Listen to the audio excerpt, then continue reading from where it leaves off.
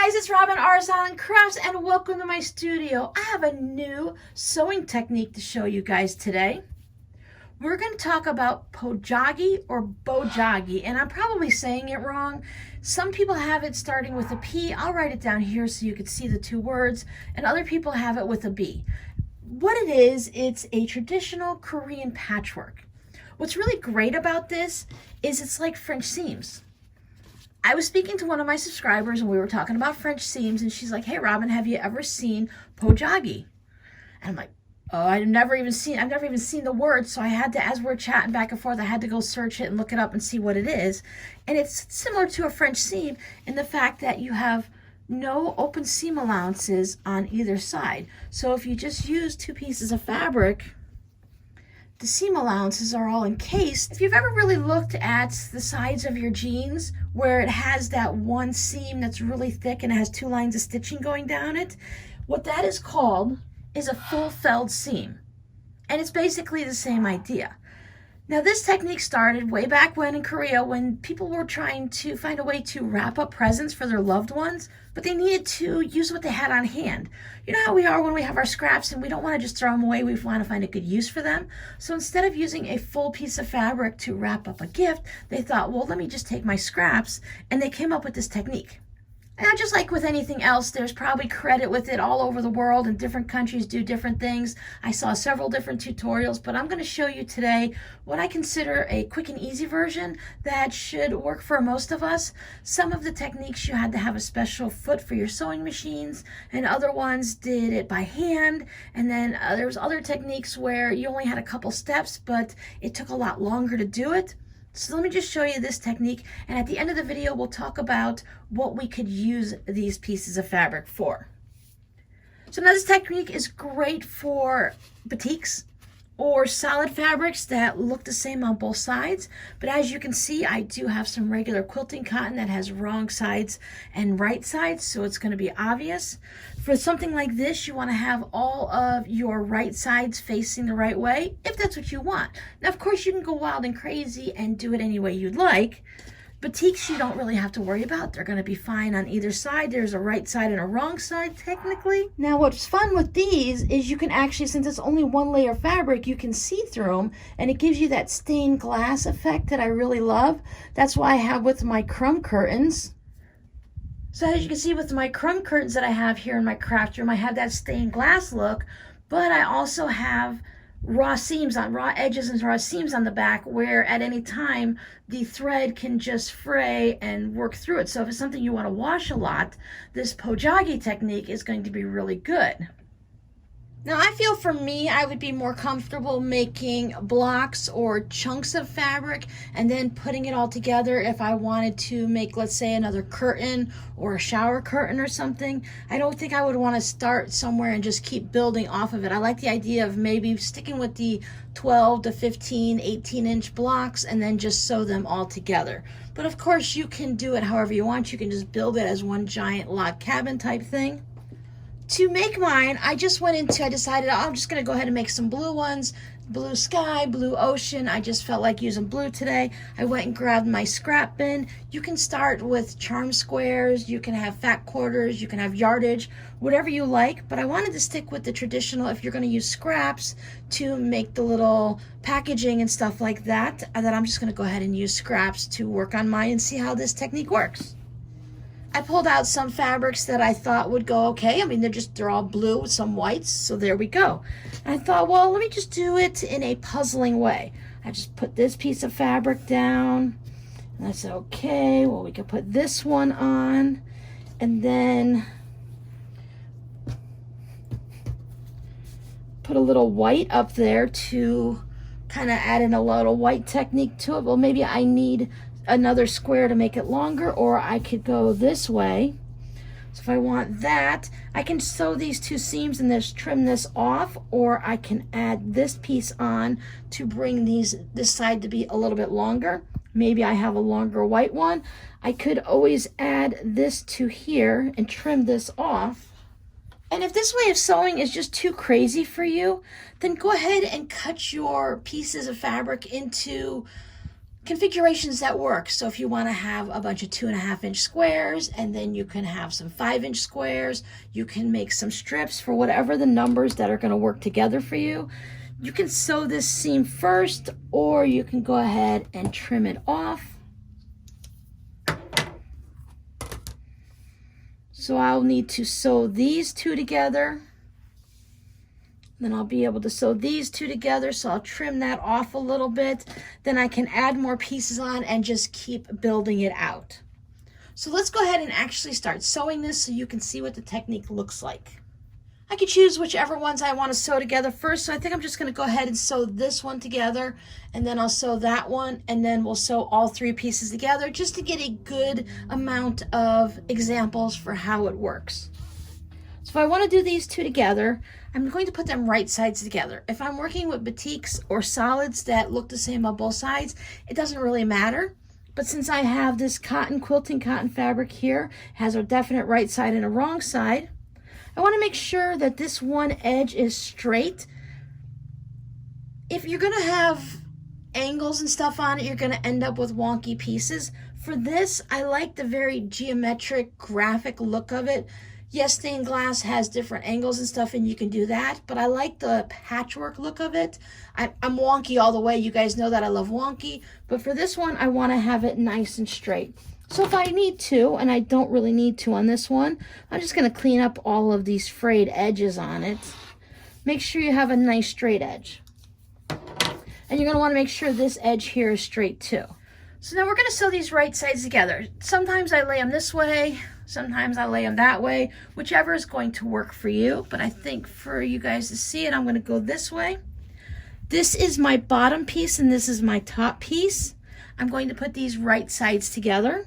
We're going to be overlapping these fabrics like this. This is going to be a really strange technique. It's not anything that we're used to when we're quilting and sewing.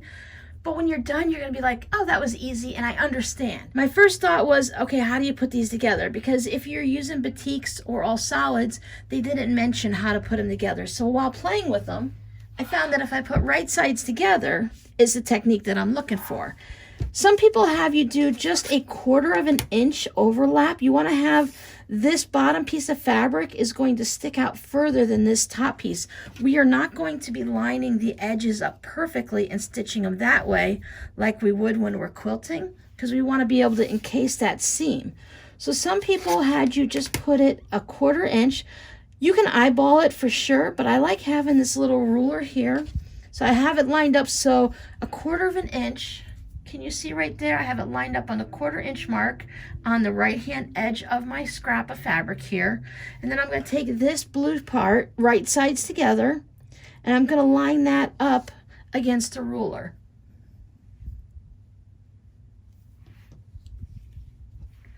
Now if this piece were a little bit wider than that piece, or that piece was a little bit shorter, however you want to look at it, it would be okay because we can trim it up afterwards like when we're sewing scraps and crumbs.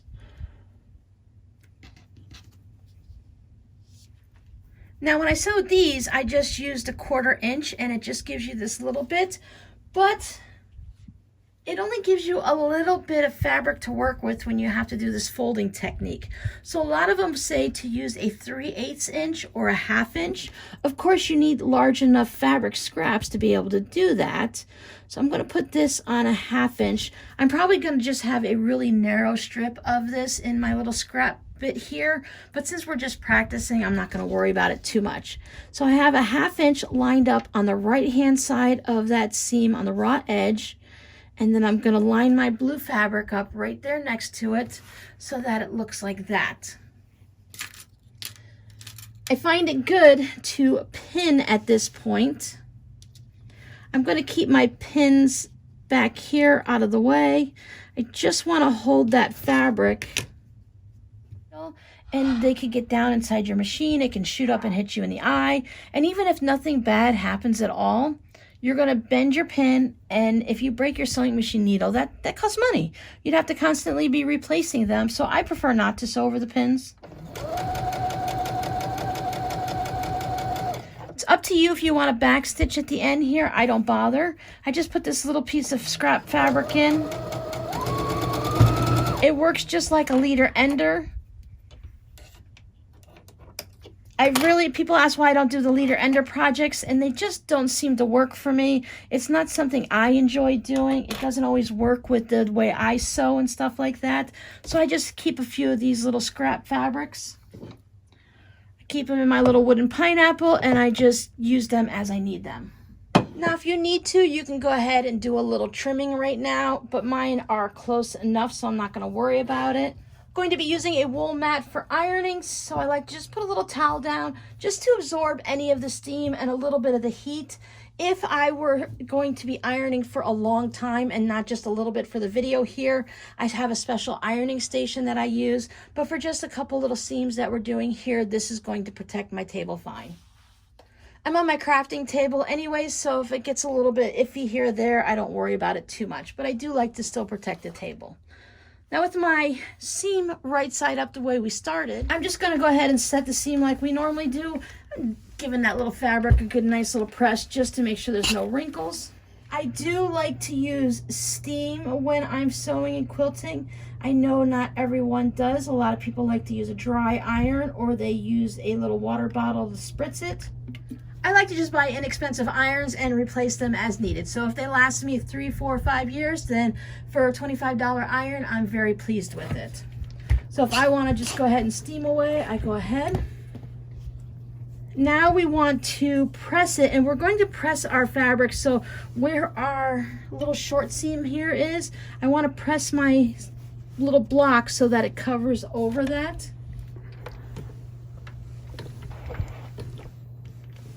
Now, if you're using steam like I do, this is a good one when you're doing chain piecing and you're making several of these at once, because if you're just going through every step one right after the other with steam, these blocks are really hot, so you have to be careful with your fingers. Now from the back side, this is what it looks like. There's our little seam that we want to go ahead and tuck in. We're going to take this long piece and we want to fold this over so that it goes into the little crease that we've created right where your stitching line is.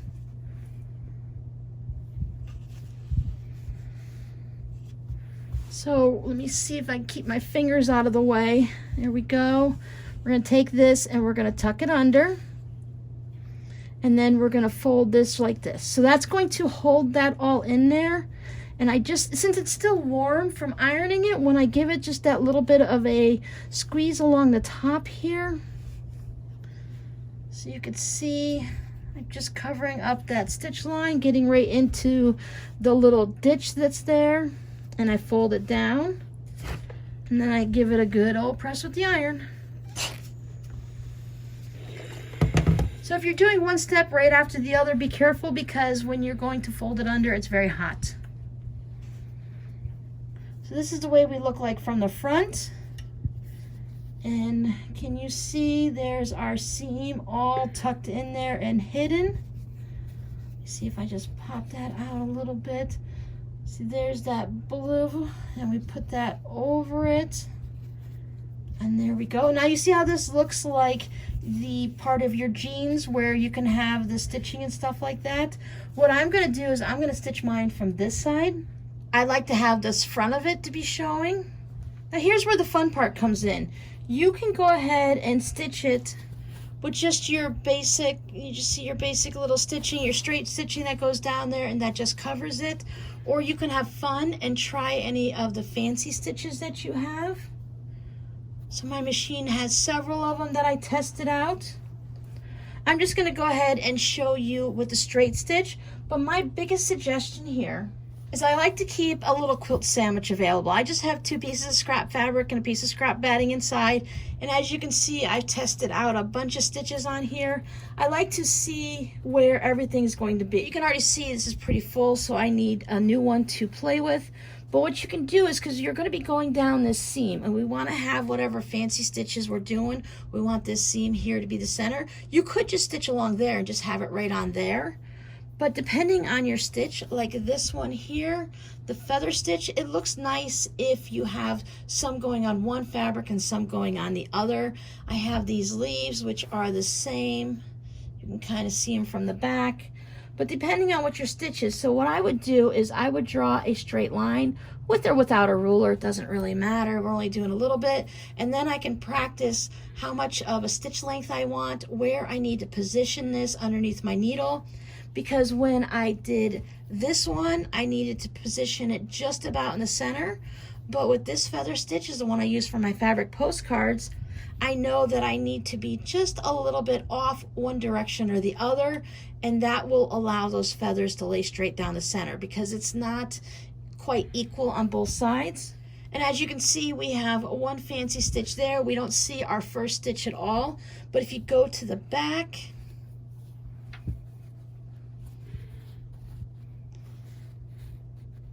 can you see that one bit of straight stitching going right down there through the center?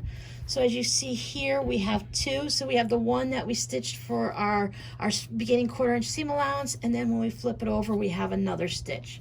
So let me show you how to get all set up and do this stitch. Now, when I was practicing on these, I learned something really quick, that if I'm only making one block at a time and I'm going from the straight stitch to sew all of our 1/4 inch seam right here, and then I wanted to go to the fancy stitch, I kept forgetting to change my machine. So if you have two sewing machines, I think if I were to be making an entire project like this and I wanted fancy stitching, I would set up one machine to sew just a straight line. So if you have one of your older machines and all it does is a straight line, I would use that one to sew my first seam. And then I have a second sewing machine with all my fancy stitches set up. Maybe you want to have some metallic threads or variegated or different colors, so that when I stitch this seam, that machine's set up so I can go back and forth, because otherwise I had to keep trying to remember to change the stitches around, and it was just, it took up too much time and it ruined with that creative flow. So here is where our seam is basically. And what I want to do is, for me right now, I'm just going to do a straight stitch. So I'm going to top stitch, which means I'm going to sew it about 1/8 of an inch away from this edge. You can see where your seam is, so I should have enough room. If I wanted to, I can go 1/4 inch, and that would put me right along this edge.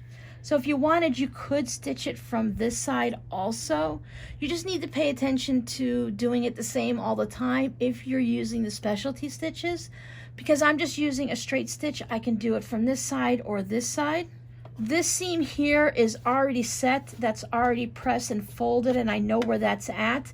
My biggest concern is really to make sure this one's caught, so I think I'm going to top stitch from this side. And that way I know I'm running right 1/8 of an inch along from this edge. Tuck in those loose threads that might be sticking out. Now, I don't back stitch, but of course you can if that's your preference.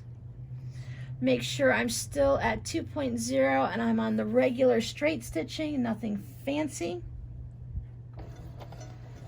And then I just stitch.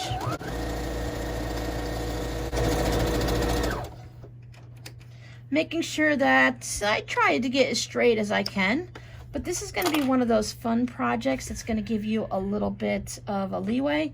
So there is what that seam looks like when I did it from there. But if I wanted to go from this side, if I'm paying attention, if I only want to go 1/8 of an inch from this side, it does put me a little bit over. From here, it's basically about 1/4 of an inch. So you can stitch it from either part, whichever one you want. This one, I stitched it from the top and it gave me my two lines next to each other. I still have my two lines next to each other. Now remember, this one, I only put it 1/4 of an inch away from the edge here when I was sewing it. This one I did 1/2 an inch, so I have more room here. So that allowed me to go over a little bit farther. It all ends up being how you started your project to follow through all the way if you want everything to look the same.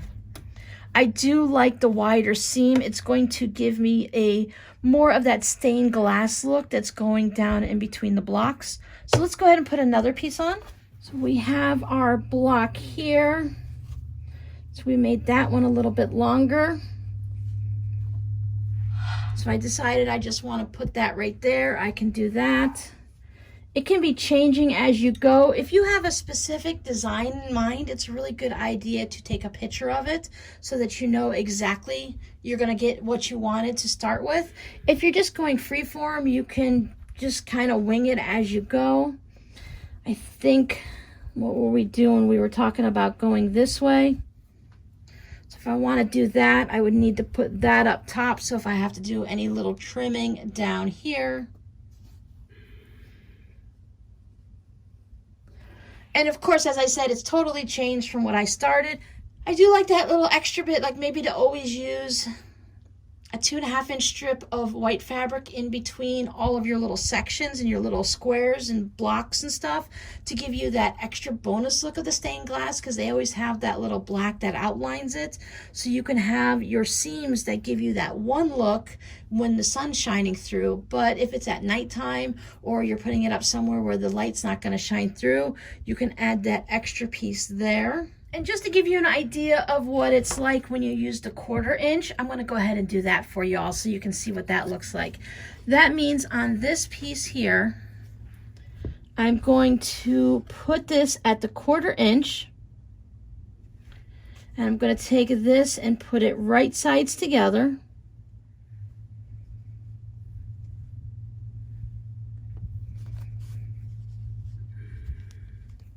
Add a couple pins just so nothing moves.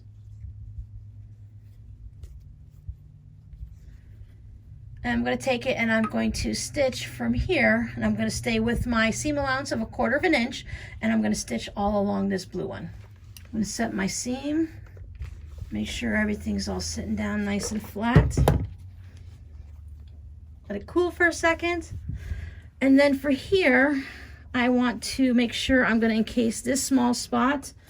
Give it a good press up towards that white fabric so that I know I'm going to encase that seam right there. Let it cool off a little bit. So now, as you can see, I only have this a little bit of fabric here, so I have to fold this down and give it a nice little finger press if that helps.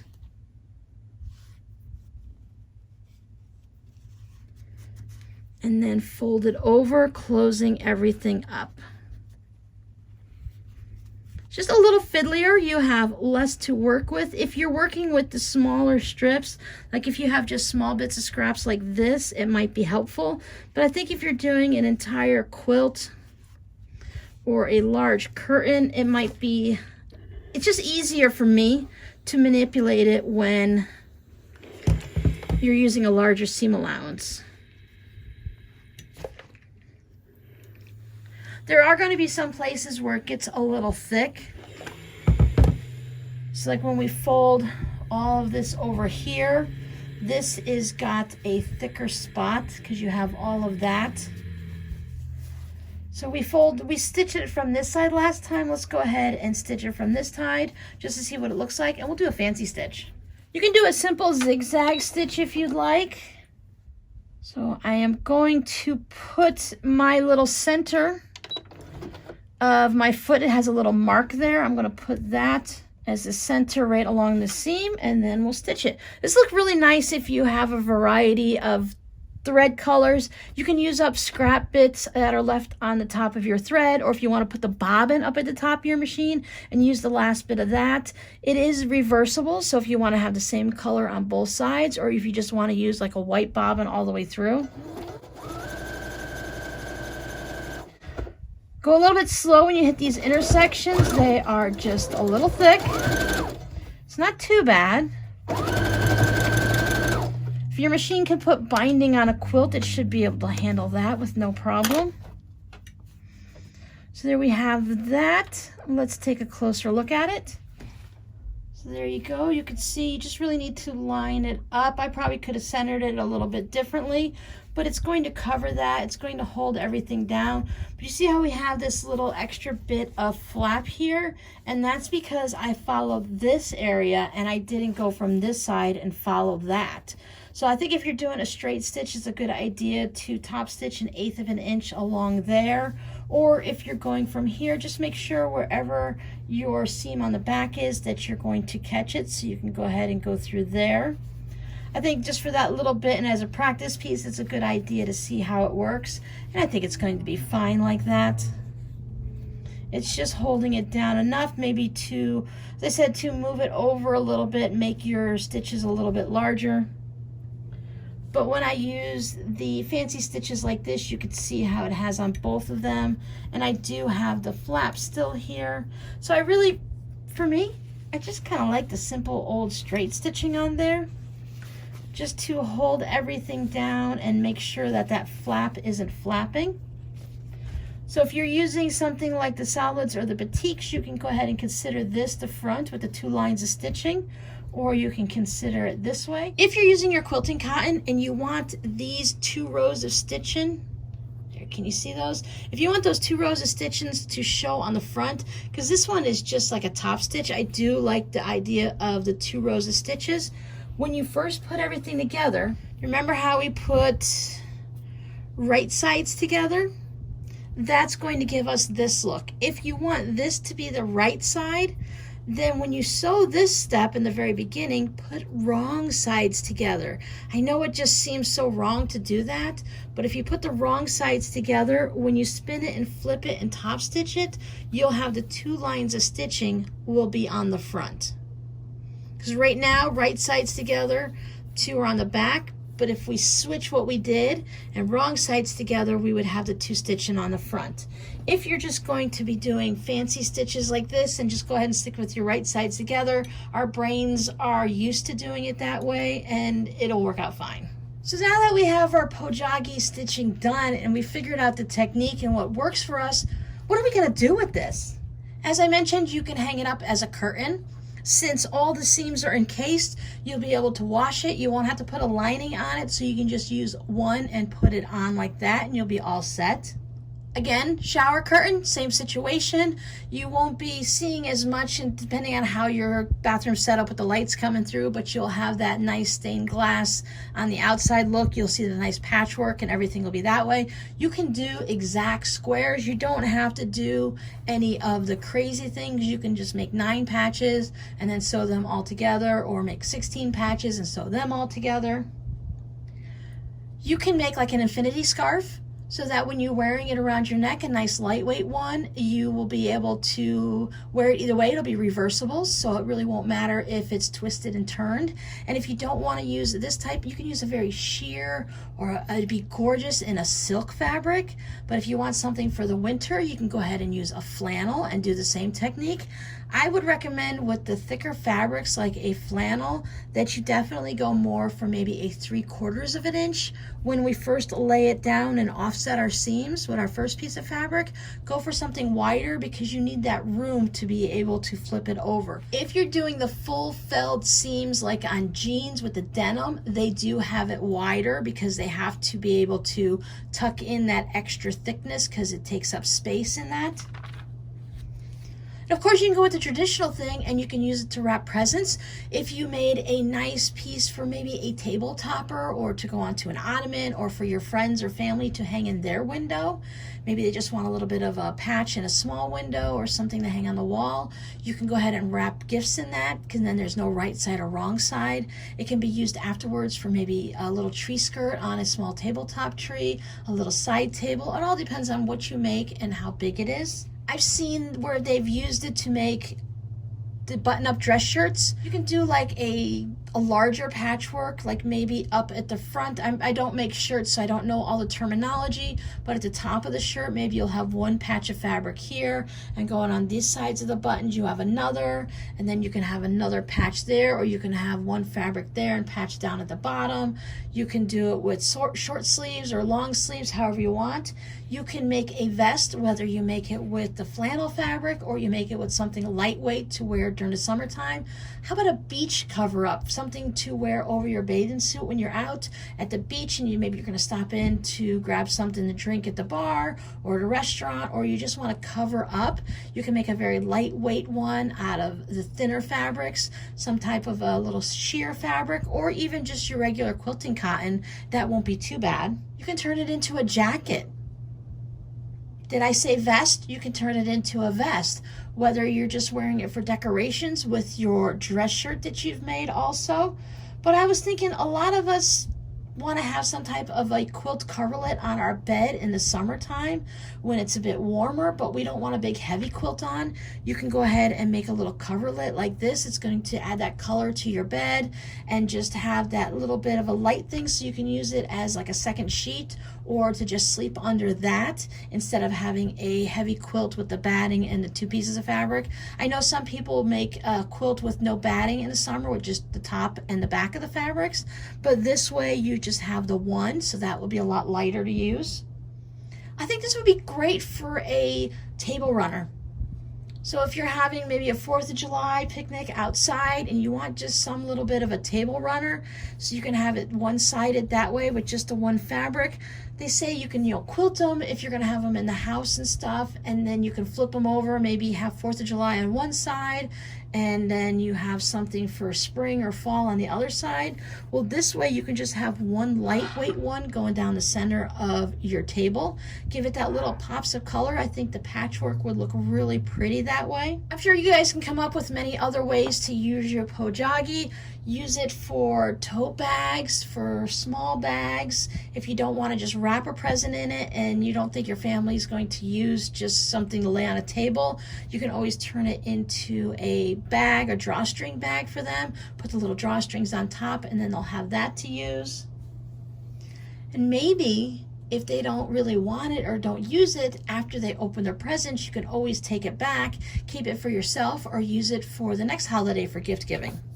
I hope you really enjoyed this video and it's giving you something to think about and a little bit extra for that creative part of your brain to just pop and you guys come up with something fun to make. I love when you take a little simple idea that I found online and show you all, and then you guys just make it blow up into something really amazing. I'll put a few links down below in the description box of some of the blog posts that I found, but there's just everywhere. There's blog posts, it's on Pinterest, there's YouTube videos, and everyone has just about the same thing to say. But I want to go ahead and link to a few of the blogs that I did read to help come up with these ideas. Your code word for today's video will be fancy, because we use some fancy stitches to make our Pojagi. Boy, that's a rough one to say. Remember, you can spell it with a P or a B. I will put that down below so you'll be able to see it and try to pronounce it yourself. I'm going to go ahead and see if I can sew up a little bit of an example to show as the first photo of this video. If you guys have any questions, as always, please leave them down below, and I will see you guys in the next video. Bye. So I wanted to see what it looked like if I use batiks, because they're reversible since the way they're dyed and such. This is one of those things that you start with a larger piece of fabric and it really eats it up because of folding over that 1/2 inch and stuff. So it does take a little bit to play with. I had no idea what I was going to end up with, but I did not check ahead of time. This did end up being 20 inches long by, about, once I square it up, it'll be about 10.5 inches wide. As I said, those numbers mean nothing because I did not measure anything first. I did cut some strips off of fat quarters, 3 inches wide, and then I cut them 4.5 inches in chunks that way, but then I had to square them up a little. So these strips ended up being, I sewed them into 2, and then I squared them up to 4.25 so that I can do the whole flip-flop like that. I love the way this looks. I do think this is a great idea for a table runner.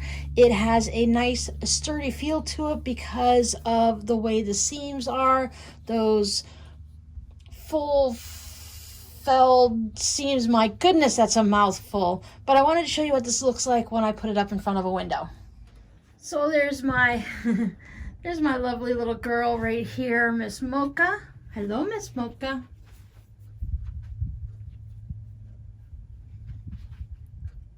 But if I hold that up in front of the light, you can see how it looks like a stained glass effect. I really like how that looks. I could see doing these in panels like this. I do like just random sizes and everything, but I also like how this For stained glass, I know there's designs and stuff, but for this look myself, I prefer how everything is nice and even there. So I think that if I were to do a whole curtain would be the type of thing I would look for. And yes, they are completely reversible. You're not going to see the difference from either side. And I do have the 2 stitches on one side and then the single stitches there, but somehow I got a little confused along the way. And on this section where I only have 1 stitch, I do end up with 2 there, which means when you flip it over, this seam only has 1 stitch. But you know what? You're not going to notice. I would be very particular, and I would want to take that apart if I was doing it for a shirt or something like that. But for something like this, I really do like that look. So I hope you enjoyed this video, and I hope you give it a little bit of a try, even if it's just something small like this to test out. Let the kids do it or something, pick out the colors, and then you can hang it up in the window. Thanks for watching. Bye.